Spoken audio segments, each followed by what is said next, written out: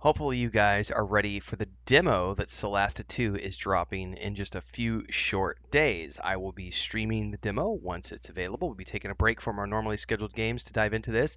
But in the meantime, it looks like the team over at Tactical Adventures has been kind enough to drop the dev update number 9, talking about all things related to their demo, including sort of a crash course in what we can come to expect from the demo as we dive in. Now, if you're familiar with Baldur's Gate 3 or the first Solasta game, you're going to be familiar with the D&D 5th edition rule set.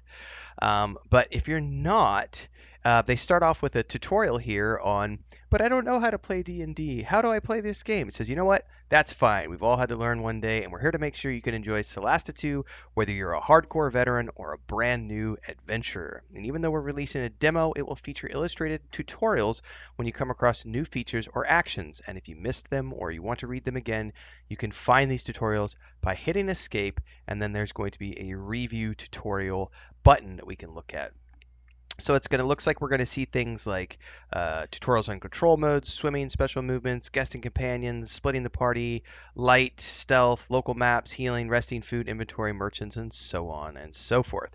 What I'm really interested to see about is if we're going to have controller support as well as mouse and keyboard in the demo. I don't know if they've said that yet or not. I think they've covered controller support at some point. I know for the release of the game, but I'm not sure about the demo. We'll see. We'll be finding out soon.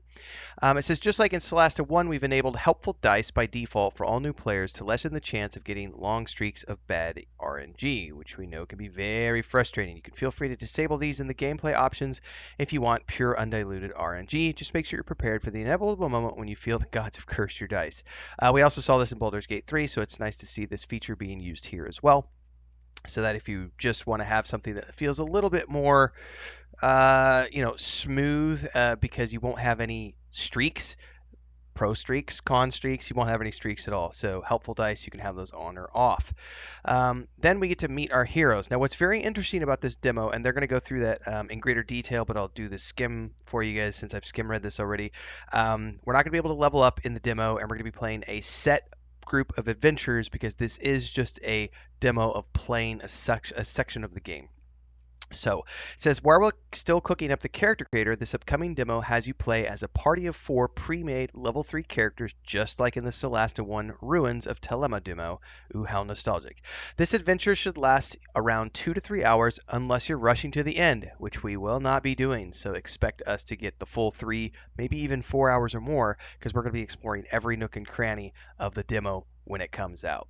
It says you'll probably miss quite a bit of content if you rush. Like we said previously, you can jump in without fear of getting spoiled, as this is a standalone adventure that will not be available in the final game, so don't miss this. Now, this is very important to people.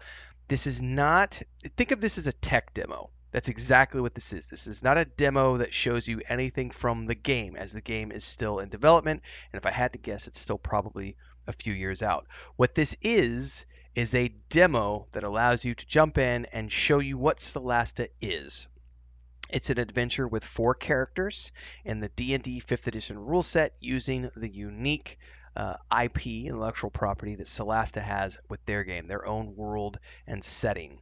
Quick reminder, this demo will only be playable solo, and you cannot level up your characters for now, but starting at level 3 should allow you to get access to interesting combat options with a few subclass features and level 2 spells already being available. With that being said, let's meet the crew.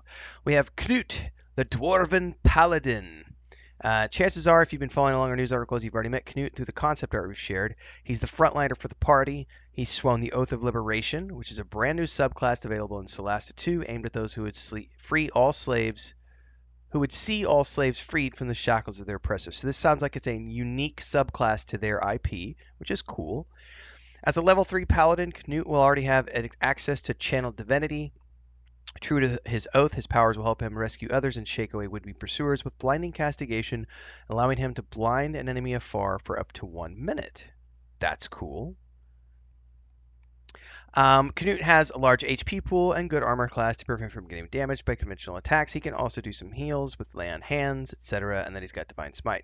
We've also got Nera, the human fighter cleric. It says, as we promised, Nera is the proof. Multi-classing is now a part of Solasta 2. We know this is no our sorcerer or coffee lock, but we need to start with something simple, so we have a fighter cleric build.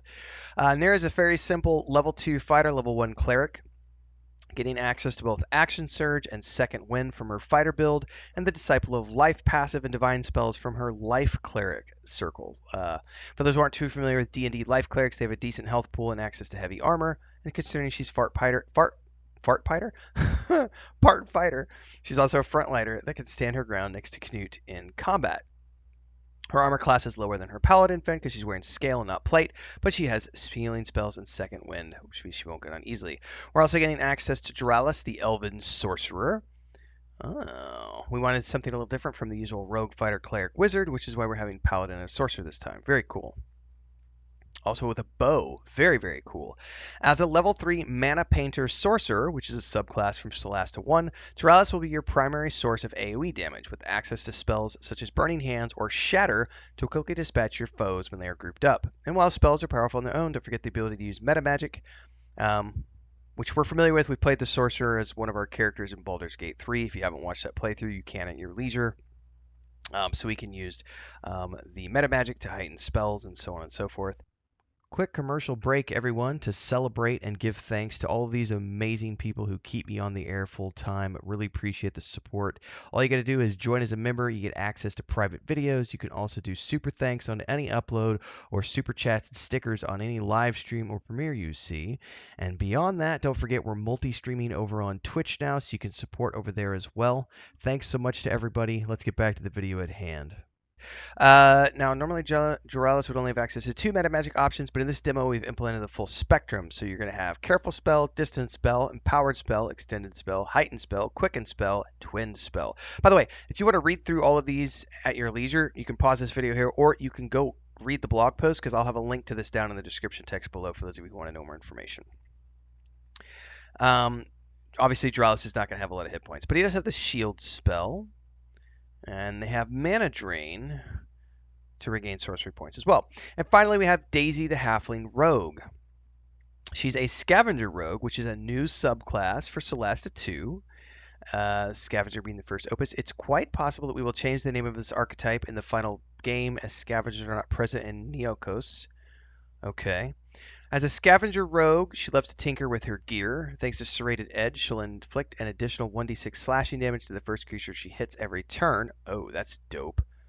On top of sneak attack.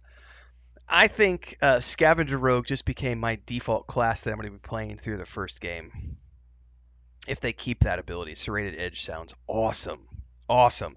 Her role in combat is that of a damage dealer with both melee or ranged, depending on the situation. Shortbow, twin daggers. Well, I mean, given Serrated Edge, I think we're going dual wield daggers, please. And sneak, of course. Also got cunning action, disaging with bonus actions, so on and so forth.